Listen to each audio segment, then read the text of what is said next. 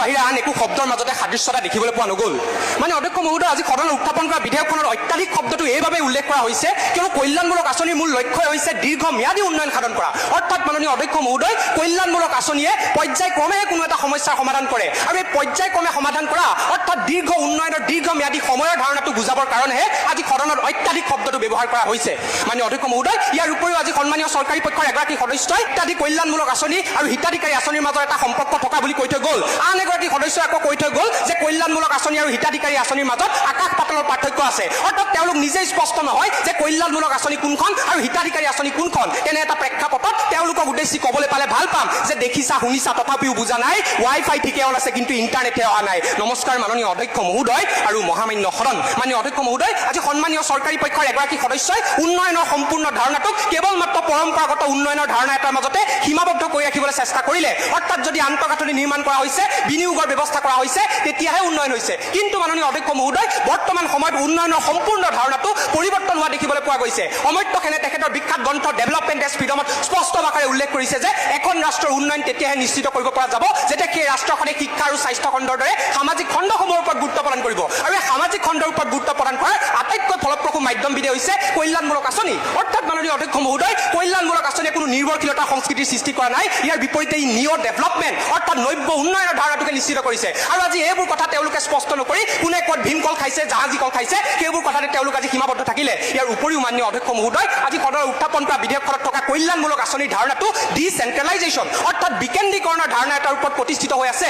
অৰ্থাৎ মাননীয় অধ্যক্ষ মহোদয়, যিকোনো এখন কল্যাণমূলক আঁচনিক তেতিয়াহে বাস্তৱ ক্ষেত্ৰত ৰূপায়ণ কৰিব পৰা যাব যেতিয়া সেই কল্যাণমূলক আঁচনিখনক স্থানীয় চৰকাৰ অথবা গাঁও পঞ্চায়তে ৰূপায়ণ কৰিব। অৰ্থাৎ মাননীয় অধ্যক্ষ মহোদয়, কল্যাণমূলক আঁচনিৰ বিকেন্দ্ৰীকৰণৰ যি ধাৰণা, এই ধাৰণাটোৱে নিশ্চিত কৰে গণতান্ত্ৰিক প্ৰমূল্যবোধৰ ধাৰণাটোক। ইয়াৰ উপৰিও মাননীয় অধ্যক্ষ মহোদয়, আজি সন্মানীয় চৰকাৰী পক্ষৰ প্ৰত্যেকগৰাকী সদস্যই সম্পূৰ্ণ নিৰ্ভৰশীলতা সংস্কৃতিৰ ধাৰণাটোক কেৱল মাত্ৰ অৰ্থনৈতিক ক্ষেত্ৰ এখনৰ ভিতৰতে সীমাবদ্ধ কৰি ৰাখিবলৈ চেষ্টা কৰিলে। অৰ্থাৎ এগৰাকী ব্যক্তি যদি নিৰ্ভৰশীল হৈছে তেন্তে তেওঁ টকাৰ বাবেই নিৰ্ভৰশীল হৈছে। কিন্তু মাননীয় অধ্যক্ষ মহোদয়, তেওঁলোকে আজি স্পষ্ট কৰাৰ প্ৰয়োজনীয়তা আছিলে পুৰুষতান্ত্ৰিক সমাজ ব্যৱস্থাৰ ফলস্বৰূপে যে এগৰাকী মহিলা যে পুৰুষৰ ওপৰত নিৰ্ভৰশীল হৈ আহিব লগা হৈছে, যাৰ ফলস্বৰূপে যি নিৰ্ভৰশীলতা সংস্কৃতিৰ সৃষ্টি হৈছে, সেই নিৰ্ভৰশীলতা সংস্কৃতিৰ সৃষ্টিৰ ক্ষেত্ৰত কল্যাণমূলক আঁচনিৰ দুখ কোনখিনিত? তেওঁলোকে আজি স্পষ্ট কৰাৰ প্ৰয়োজনীয়তা আছিলে জাতিগত বৈষম্যতাৰ ফলস্বৰূপে যে ঐতিহাসিকভাৱে দলিত শ্ৰেণীৰ এগৰাকী ব্যক্তি তথাকথিত উচ্চ বৰ্ণৰ শ্ৰেণীৰ লোকৰ ওপৰত নিৰ্ভৰশীল হৈ আহিব লগা হৈছে, যাৰ ফলস্বৰূপে যি নিৰ্ভৰশীলতা সংস্কৃতিৰ সৃষ্টি হৈছে, সেই নিৰ্ভৰশীলতা সংস্কৃতিৰ সৃষ্টিৰ ক্ষেত্ৰত কল্যাণমূলক আঁচনিৰ দুখ কোনখিনিত? অৰ্থাৎ মাননীয় অধ্যক্ষ মহোদয়, এই নিৰ্ভৰশীলতা সংস্কৃতিৰ কাৰণসমূহ যদি বিশ্লেষণ কৰি চোৱা যায় তেতিয়া দেখিবলৈ পোৱা যায় যে ইয়াৰ মূল কাৰণেই হৈছে সমাজকেন্দ্ৰিক কাৰণ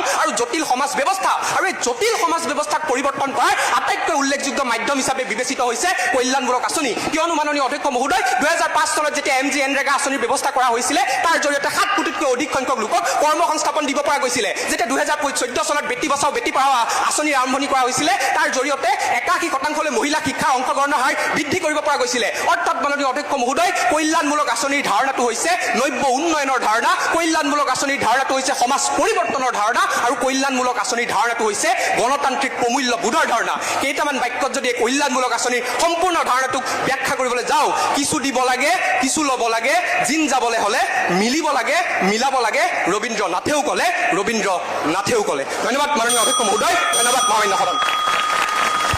Thank you.